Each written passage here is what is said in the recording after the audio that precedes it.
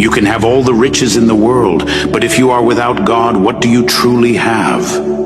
Nothing. Money can buy comfort, but it cannot buy peace. Wealth can offer luxury, but it cannot offer salvation. Power can grant influence, but it cannot secure eternity.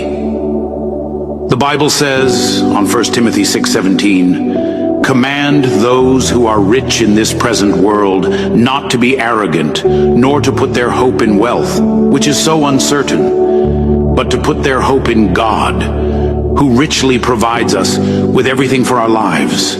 Money comes and goes. Earthly possessions fade.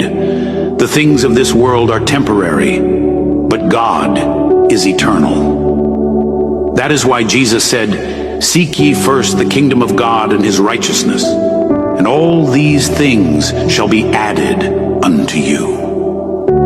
Put God first in your life, and he will take care of the rest.